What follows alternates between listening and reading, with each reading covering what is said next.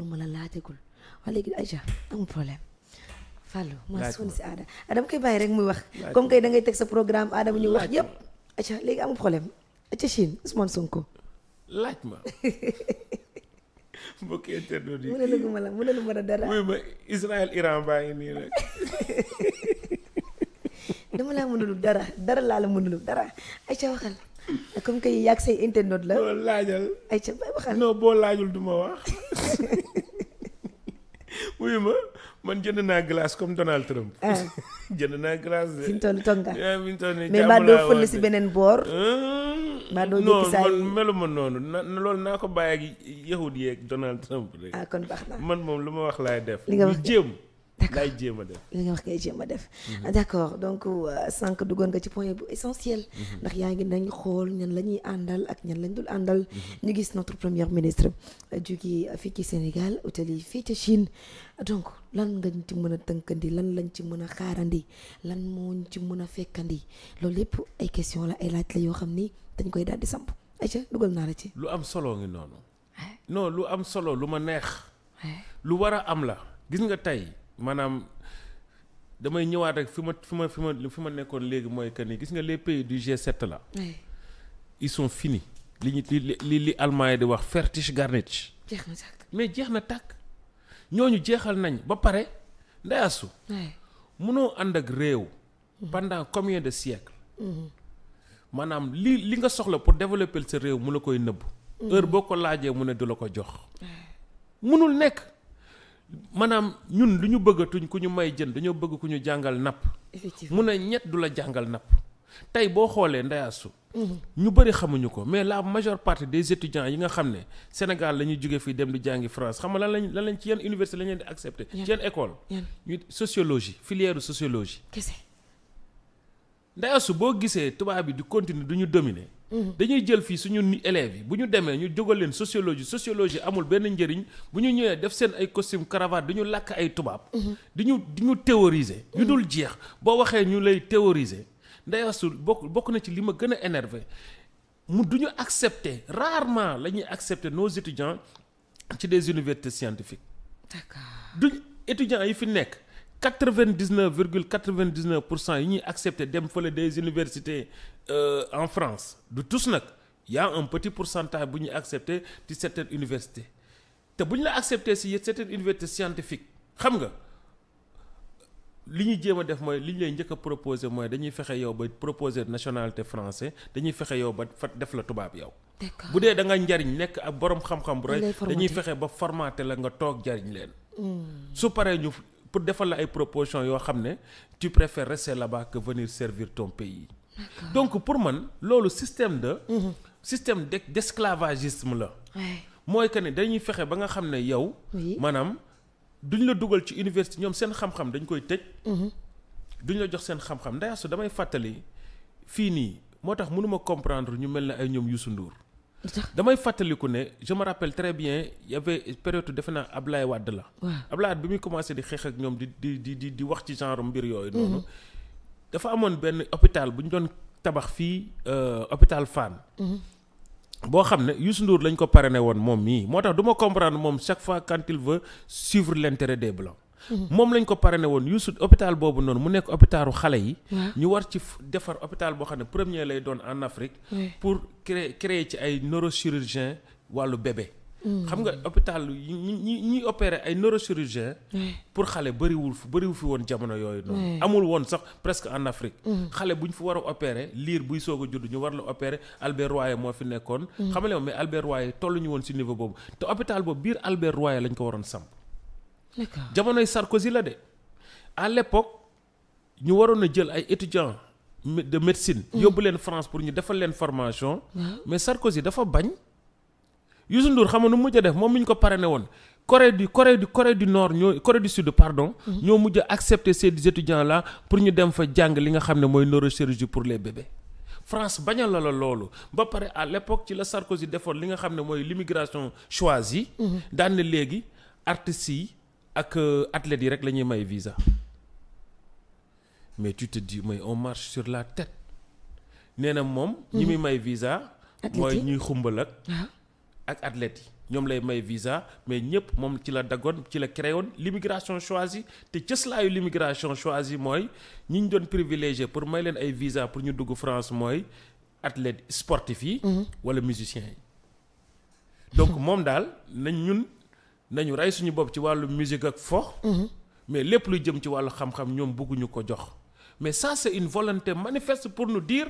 bëgguñu ngeen xam dëgg la te dañ ne qui détient la connaissance détient le pouvoir effectivement donc il nous faut de la connaissance moom la iranien yi am tey ba mën a jàkkaarloog tey américains yi c'est ça donc kon le fait que le président président Ousmane Sonko président parti Pastef moom mu déggu ceeg le président de la République Bassirou Diomaye Diakhar Faye bëgg a tourner vers des pays comme la Chine waxuma ne Chine a fi gën loin de là nous aussi on n'est pas fou xam nga li ma la mais il faut se tourner vers des pays yi nga xam ne parce que lu ma fa dégg mooy transfert de technologie effectivement mooy que ne ñëw leen mais indaale la seen xam-xam nangu accepter leen ñu nit suñuy étudiants ñëw ngeen jox ñu xam-xam gis nga si on n'a pas de partenariat comme ça du ñu bouger démb yaa ngi gis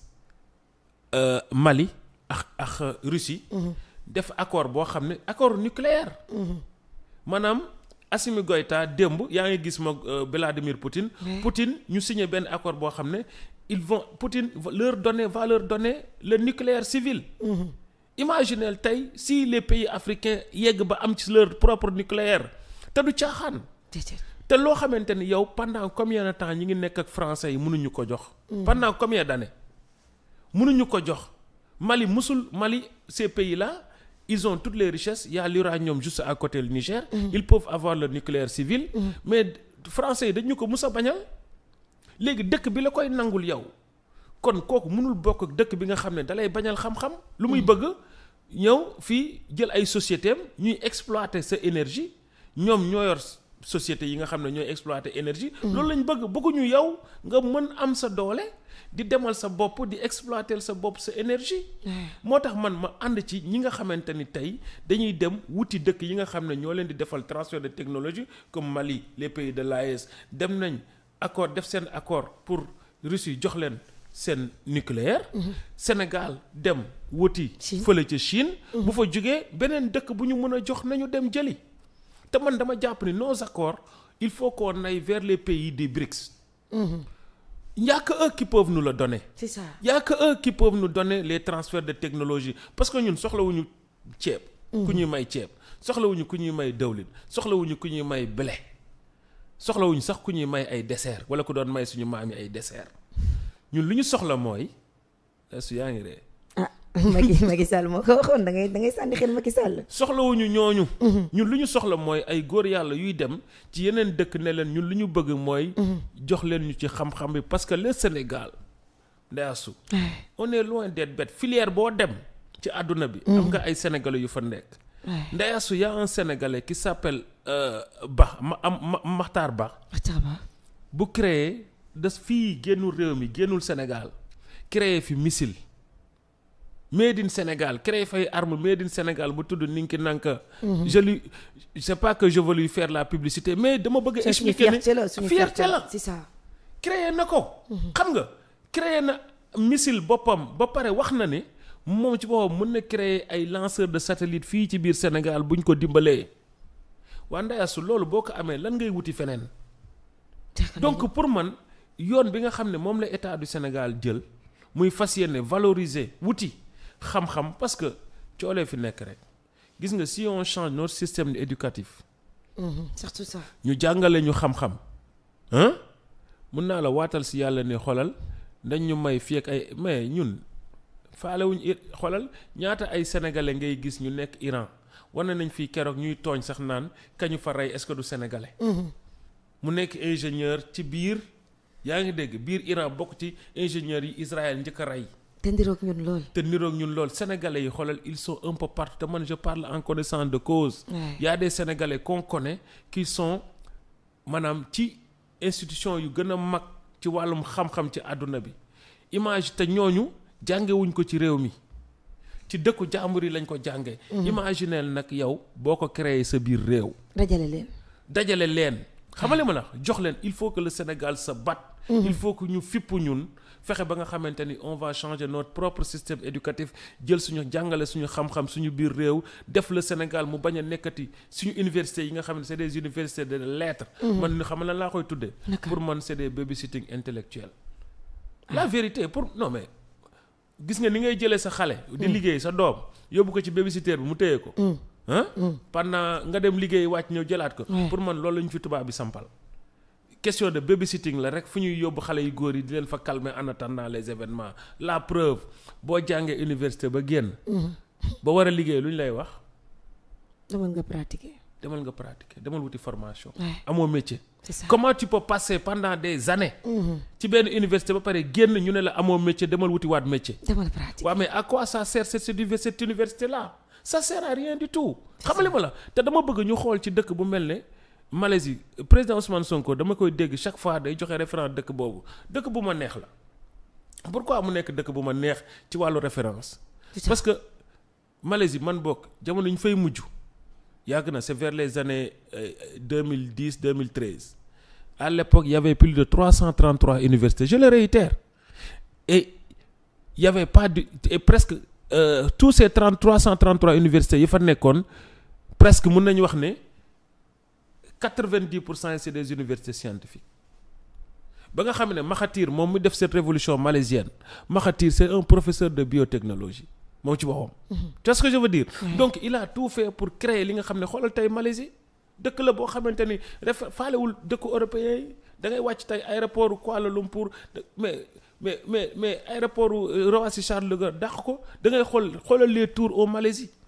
da ngay yéemu si yàlla. tu vois ce que je veux dire. donc pour te dire que ni dëkk yooyu noonu qu'est-ce qu'ils ont fait mais dañoo fexe ba jël l'éducation c'est le cœur du système. L'éducation c'est la base. L'éducation c'est le cœur de la révolution gis nga notre révolution pour qu'on y arrive. tant que jëluñu l'éducation ñu def ko au cœur. ndayasu parce que lu tax may continuer di si wax parce que pour man lii exemple la. pour man Amérique dafa jël défaite. Israël dafa jël défaite dëkk yu mag lañ ko doon tàgg. ku leen jox défaite mooy dëkk bi nga xam ne dafa tëju jël xam-xamam gérer xam-xamam moo tax ma dugg ci digression wane exemple boobu noonu. wane ne xam-xam mooy lépp. ñun nañ ñu bàyyil promotion bi nga xamante ni dëkk yi nga xam ne fa la ñuy jéem a dem pour jàng imaginel tey dëkk bi nga xam xoolal tey quand on voit ne serait-ce que muy dëkk bi nga xam ne mooy la France moom moo ñu coloniser. ñu jàng làngam. suñu élèves yi dafa dem gën a dem pour jàng ji. imaginez tey même son ambassade quand il invite des gens il va pas inviter des scientifiques ay influenceurs lay invité ak ay mbëru làmbo ñooñu lay invité ñooñu lay liggéey c'est-à-dire que ne lui-même il a pas envie que sa dëkk nit ñi yeewu il veut nous laisser dans le folklore et tant qu'on reste dans le folklore ñoom en attendant ñi ngi gérer leneen ñi ngi développer ñi ngi dem feneen et ils sont toujours dans l'anticipation donc c'est à nous quand même de comprendre ça là xam ñan lañ war a àndal ak fan lañ war a dem gis nga nit ki boo àndeek moom pendant 5 siècles et demi gisoo ci avancement pour man ful la mooy paquet ka ba mu rafet nga teg ko fële de wuti keneen nag ku leen ne na fut donc Adama dem nañu Chine nit yi doon nañu wax Ousmane Sonko du génn Sénégal génn na Sénégal ñu ne Ousmane Sonko du génn Afrique génn na Afrique et fi ñu toll ña nga yor seen stylo ña ngay signé rek di signé rek ak ña mu àndal tey lan moo ci mën a xaar ñi nga xamante ne mooy sénégalais yi lan moo ci mën a xaar Sénégal ak ñi nga xamante ni fas yéene nañ leen a jëlee Sénégal yóbbu leen foofu ngir ñu former leen ñu indiwaat leen ci biir réew mi ñoom ñu daal di former waat ñeneen tey jàppoo ni ñii daal dañoo sax influencé Mali bi nga doon wax léegi daan na ñoom tamit wuti nañ keneen koo xamante ni da leen a indil dara ci seen réew jàppoo ne génn Ousmane Sonko bii nii am na lu mu impacté génn bu mu génn Sénégal dem ci pays africain yi am na lu mu def ci ñoom woo leen yeewu seen xel ñoom tamit mu mën a dem ci fu dëkk yi kawe yi parce que sànq dama la dégg nga ni nañu xam ñan la ñuy lëkkalool loolu nga ñu ci mën a wax aussi. dafa am benn kii boo xam ne débat boo xam ne. dama bëgg ñu bàyyi ci xel ñu def ci attention avant may tontu sa question. ñu def ci très attention Ndeye Astou. xam nga mooy lan mooy ñun Sénégal ñooy influencer tel pays wala tel pays mooy influencer tel pays loolu bu ñu ci duggee rek dañuy dugg ci division bi nga xam ne moom la tubaab yi bëgg. d'accord Dayasu. dafa am benn document boo xamante ni. dafa génn mars 2023 document boo xam ne école de guerre français mi ngi sama téléphone. malheureusement yónneewuma ko fàllu pour mu génnee ko. c'est un document boo xam ne dafay anticiper di expliquer école de guerre français moo ko bind de. donc ñoom dañoo am seen ay école de guerre économique. comme ni ñu amee seen école de guerre militaire. donc école de guerre économique boobu. chaque fois day produire ay rapport day produire ay rapport xaar ma xool sax est-ce que ne yoruma ko fii. day produire ay rapport rapport yooyu muy produire en général da ciy expliquer comment faire pour que Afrique ñuy continuer du ñu noot.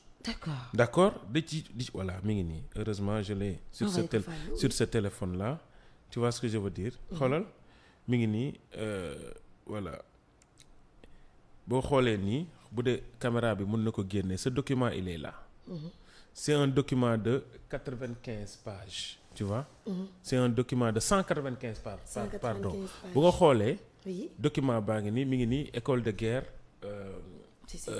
Je sais pas si leer na. si document baa ngi nii. gis nga document bi boo ko parcourir xoolal ni ñu ko titré regarde ni ñu ko titré ñoom ce document lii école de guerre moo ko produire bu français mi ngi ko produire mars 2023. d'accord bi ñuy waaj a dugg ñun ci alternance xoolal ni mu ko titré panafricanisme guerre de l'information de la France en Afrique d'accord ñoom documents yi la ñuy produire ñoom bu ñu ko produire jox ko les ambassades dugal ko seen ambassades yi. ambassades yi yor ko comme document di ko tas ci dëkk bi di ko jox les zones d'influence yi wax ne naka lañ ñuy xeexale ñun ñu nekk suñu biir te ci biir document boo ko parcourir da ngay gis ne. moo tax ma ne suñu Guy Marius Sagna dañ ko protéger turu Guy Marius Sagna daf ci bokk parce que dafa bokk ci ñi nga xamante ne dañ leen a war a faagaagal moo tax bu ma déggee ñuy wax ci moom lu ñaaw sax. des fois damay tiit parce que Guy dafa bokk ci nit ñi ñu war a faagaagal. ñu mel ne ñoom dafa bokk ci projet bi mi ngi ci liste bi. ci ñu wala éliminer fii ci Sénégal dinañ def émission ci document bi. d'accord ma wane ñoom seen stratégie parce que li may wax ne gis nga nit booy xeex ak moom ñun bi ñuy def booy xeex ak moom il faut nga xam lan mooy secret lan mooy stratégie te ñun yàlla daf ñoo dimbale dañ leen a xam ñoom xam seen ay secret. xam seen ay bagages. gis nga ci biir document bi. dañu bind ne ñoom ñoo créé le mot panafricain gis nga début bi ñuy soog a tàmbalee ngay gis mi ngi ci biir document bi nan lañ fexe ba war a jaxasee dëkk yi. ñu bañ a déggoo seen biir. d'accord xam nga jamono yële defe naa ne maa ngi expliqué non du woon ci fii ni émission bi. non ci booru añ ba la woon. ci boolu may expliqué ne. armée français. dafa am problème ak Facebook. bu dee fàllu am na document bi mu génnee ko armée français. dafa am problème ak Facebook parce que Facebook da leen a jàpp ñu créer beaucoup de faux comptes des milliers de faux comptes. faux comptes yooyu noonu yenn comptes yi ay turu malien ñoo ciy nekk yi burkinabé yi ay sénégalais. ñuy guerre seen biir nga jékki-jékki gis dégg sénégalais yi xas maliens yi xas burkinabé yi. burkina wala AIS dal ci kaw Sénégal ñu ne Sénégal traître la waa Sénégal ñu kii nga jékki-jékki nga gis benn ngandi titre man pour te dire que ne ku mel ne Kémi Séba aujourd'hui xam nga. bokkuñu ligne. tu vois ce que je veux dire. mais da ngay jékki-jékki dégg ñu titre def benn titre daan ne oh Kémi Séba dit ses grandes vérités à Bassirou Diomaye Diakhar Faye. Bassirou Diomaye Diakhar Faye répond à Kémi Séba. su ko defee Nathalie Yamb dit telle chose. ou machin alors que ñoom ñooy alimenter ce débat là pour que les pays africains pour que Sénégal am problème ak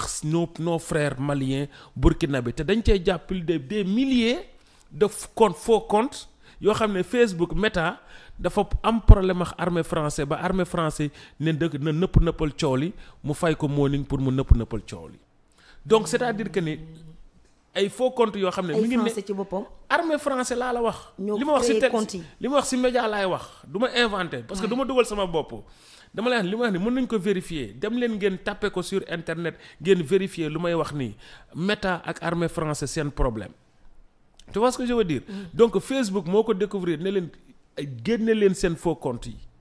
ñoom ñu bëgg a nëppal ku faux compte yooyu noonu c'était fait préparé pour alimenter une guerre informationnelle mooy lu ñu bind ci document bi. naka la ñuy mën a fexe ba Sénégal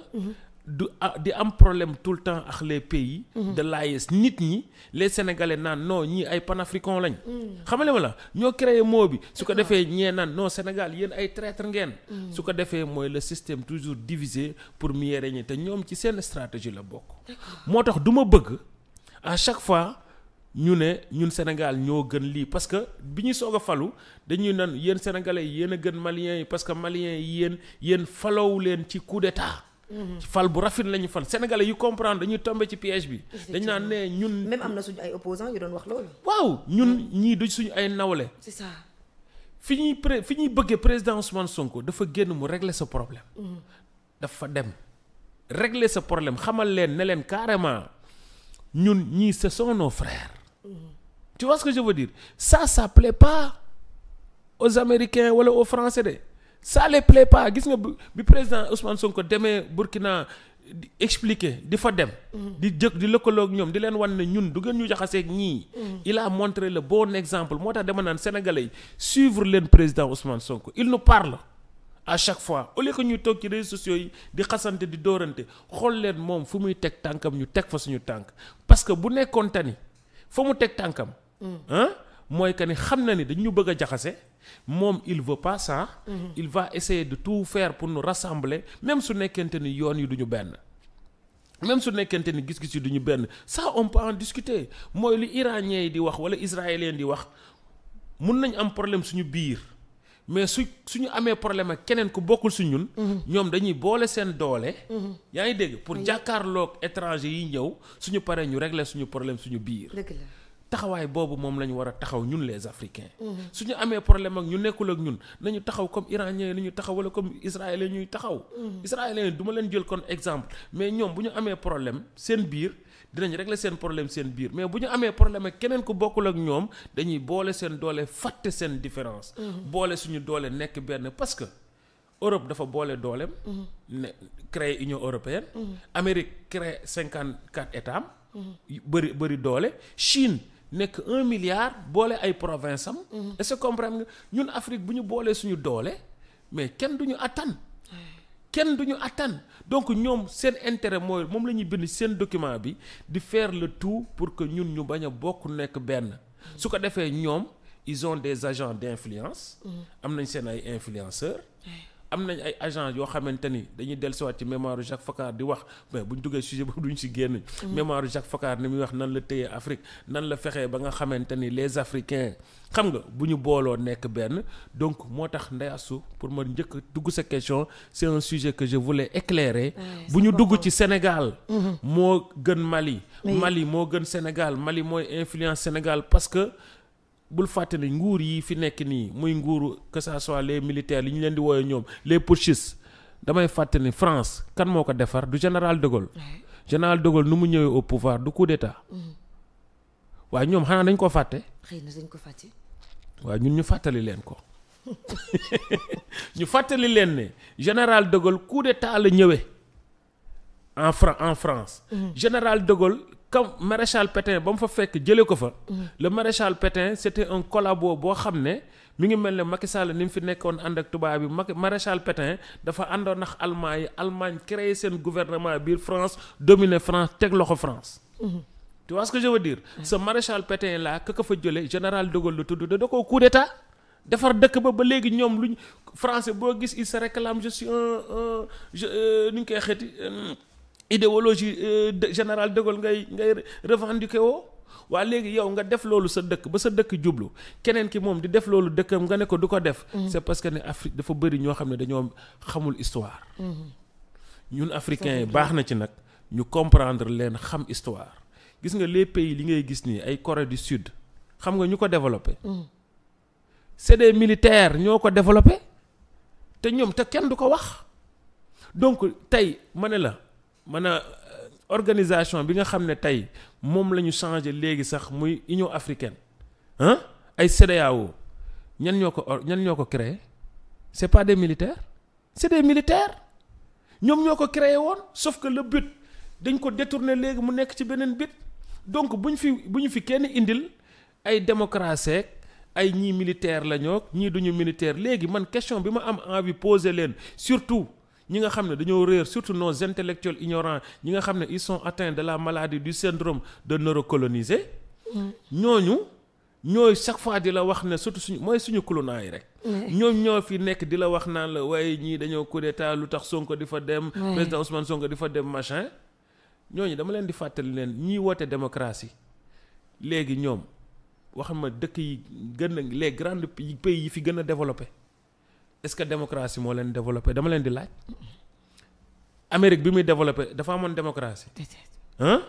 France mi bi muy développé daa amoon démocratie bi sax moo ko yàq tous ces pays là bi ñuy développé période yi ñuy développé amul démocratie Russie ngi nii c'est une grande puissance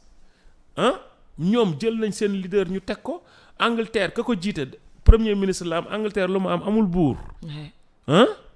ñu teg fa premier ministre même bu nekkee dina élection mais kon ñun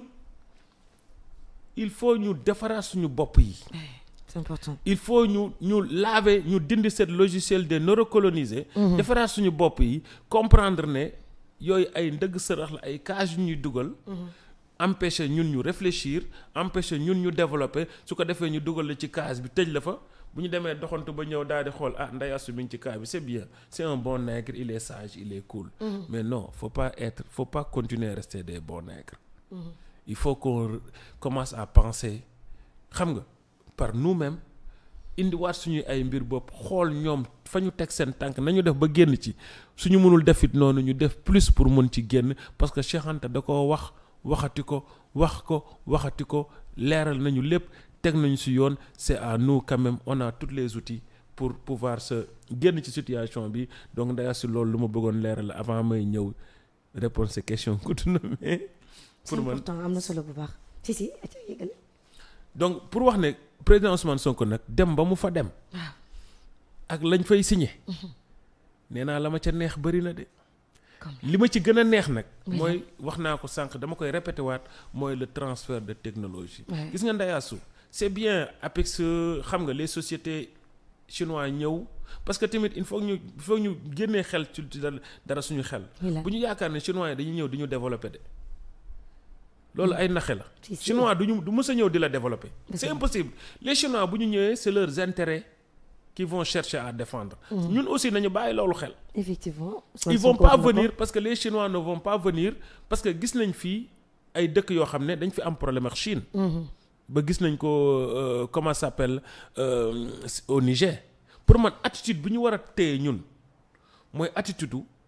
exemple bi nga xam ne Niger am na Niger muy général Diané def ko woo na entreprise chinois yi ñoog chinois yi liggéey nañ ba def liggéey bu ngand bu am solo mais chinois yi ba ñu teguwul ci yoon da leen a dàq génnee leen ne leen indi leen ma ñeneen donc ñun aussi il faut suñu nguur gi bàyyi xel benn affaire chinois yi c'est pas des personnes yoo xam ne ñoom ñooy ñëw ne dañuy defar Sénégal déedéet Sénégal ñun ñoo koy defaral suñu bopp effectivement même bu dee soxla nañ chinois yi soxla nañ képp ku yor xam-xam mais chinois bi bu ñëwee aussi ñun ñoo leen war a conditionner ni leen lii lañ bëgg pas que ñoom ñu topp ñoom lu ñu bëgg ñun ñoo leen war a wax ne leen hey ñun kat wax dëgg yàlla lii lañ soxla ci domaine bii la ñu manqué le lii ci domaine bii moo tax ma ne la li ma neex ci accord ci li ñu fa nekk di fa def mooy transfert de technologie mooy président Ousmane Sonko ak notre gouvernement Bassirou Diomaye Diakhar Faye ñooy xool ne ñun kat lii lañ manqué le Ndeye Astou kon lii lañ bëgg ngeen jox ñu ko entreprise yi lañ manqué le entreprise yi lañ soxla ngeen indil ñu ko comme mën nañ ci jël exemple comme ay entreprise yi nga xam ne dañuy raffiner dañuy mën a dimbale ñu mën a raffiner suñu pétrole entreprise yi nga xam ne dañuy mën a permettre ñun ñu développer suñu fer bi nga xamante ni moo nekk Falémé ñu mën a créer suñu entreprise mais surtout Ndeye Astou mooy système éducatif boo xamante ni moom la ñuy mën a am boo xamante ni mooy ñuy permettre ñun suñu ay étudiants suñu ay élèves ñoom di mën a créer seen ay bopp seen ay mbir surtout loolu c'est important mooy li nga gën a xam ne moo ci gën a am solo donc lu ñu munti def entreprise bu fi munti ñëw lu ñu fi munti créer ñun sénégalais yi nañ koy contrôler benn bu ñu leen ko bàyyee ñaareel bi mooy nañu fexe ba nga xamante ni la technologie le transfert de technologie mu nekk maanaam socle bi mu nekk socle bi nga xam ne ëllëg si biir parce que y a aucune alliance qui est éternelle amul y a pas d'alliance éternelle waaye sauf que nag yow xam-xam boo xasee ba dugal c'est éternel dootoo ko perte parce que boo xasee ba am xam-xam bi jeex na kenn ku koy génne sa xel. soo paree jàngal ko keneen sa yeneen doom ku koy génnewaat seen xel. pourtant alliance boobu bis bu daggee. nga mën a continuer donc pour man li ñu war a gën a miser wu. mooy transfert de technologie. transfert de compétence transfert de xam-xam bi daal pour man moom laay tëjee. moom laay tijjee. moom laay demee kawnam moom laay demee ndeyjoor moom laay demee kaw moom laay demee suuf. kon xam-xam bi boo amee xam-xam nag ba pare yoon bu la neex jëm jaar parce que Corée du Sud ak Japon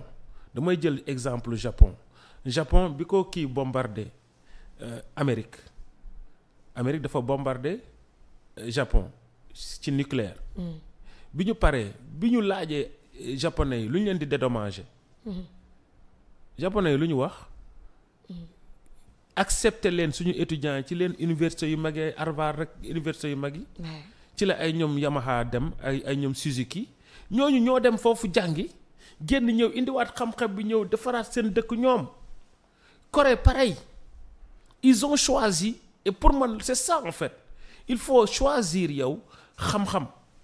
boo jëlee sa xam-xam ba pare nga ñëw indi sa xam-xam bi nga ñëw sa dëkk teg booleeg ñun yàlla may nañu xam-xam quand même am na ñoo xam ne génnuñu réew mi ñu ngi fi yor seen xam-xam yu ne faaj. yu dul jeex. wax naa ci Maxtaar Ba sànq te mën nga lim ñaata jeunes ñoo fi nekk di créer ay mbir yoo xam ne ñu nekk ay autodidacte tu vois ce que je veux dire donc ndeyasu xam-xam bi mën nañ cee wax fii ba Afrique du Sud du ma ci doyal man pour man mooy tëj mooy tijji mooy kanam mooy ginnaaw mooy ndeyjoor mooy càmmoñ nañu fexe ba ñu accepter li ñu tubaab yi France musa bañal yeneen dëkk tubaab yëpp di ñu ko yàgg a bañal ku ñu ko mënti ubbil nañu dem lëkkaloog yow pour man c'est ça la voie du développement. Aïcha am na solo bu baax a baax Adama donc rafetlu waat nañu déjà présence bi. jërëjëf ñëw gi nga ñëwaat. disponibilité bi. man xam nga daf may neex ma di la déglu ngay wax moo tax parfois dama lay bàyyi nga ramasser yëpp parce que tellement booy wax dafay am solo bu dama la bëgg a sax interrompre dama lay bëgg a bàyyi rek nga daal di dem donc jaajëfal équipe technique bi Fallou Abdoul Bass sama jinne jëri régisseurs yi yéen a mën yéen a ëpp doole teg si yéen a gën a féete xale bu nit di wax tak dem ngeen liggéenti ji ko ñëw indi ko bu ko defee internet yi gën a comprendre moom ci li muy wax daal ni kon lii la maa leen bëgg ay ci Adama ñu tàggatoo amul xayri Cissé préparel yaag tonto Falma